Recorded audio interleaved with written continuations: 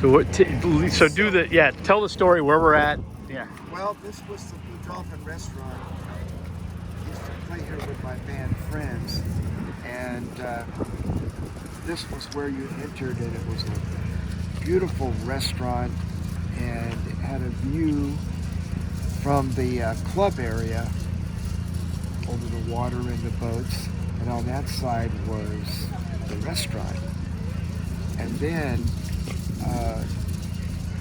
I guess we started working 2 nights a week, exchanging it with a band called Move, and real nice guys. So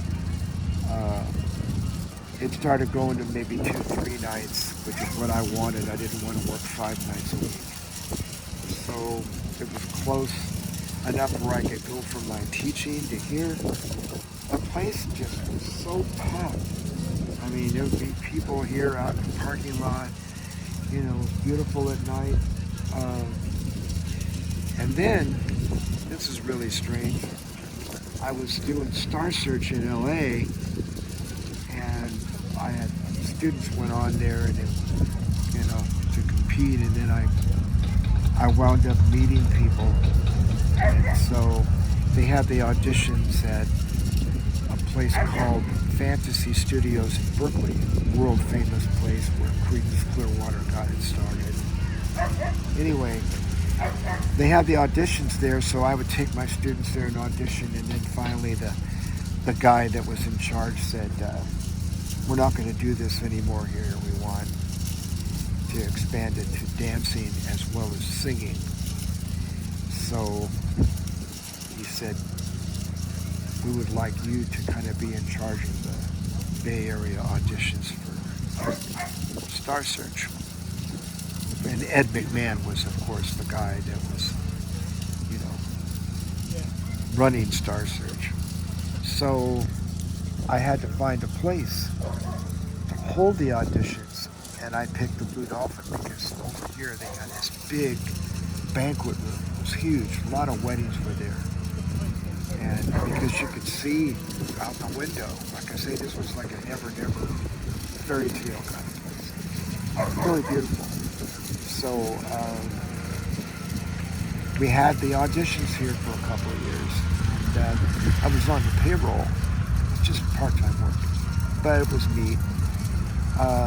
Sent all the videos back to LA so that the producers of the show down there, executive producers, had to all view what we did here.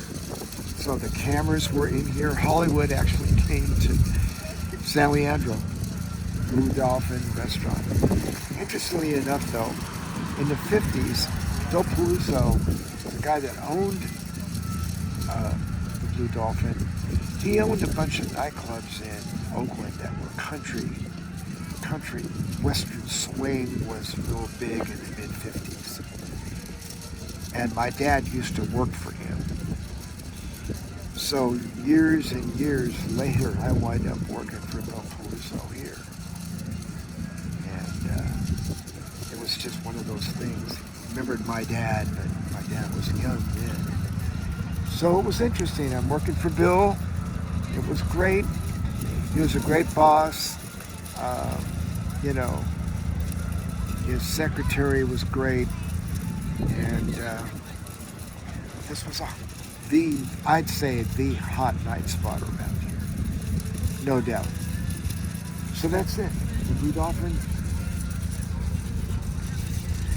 is no more, but it's part of history. And you can see and feel the energy behind the building.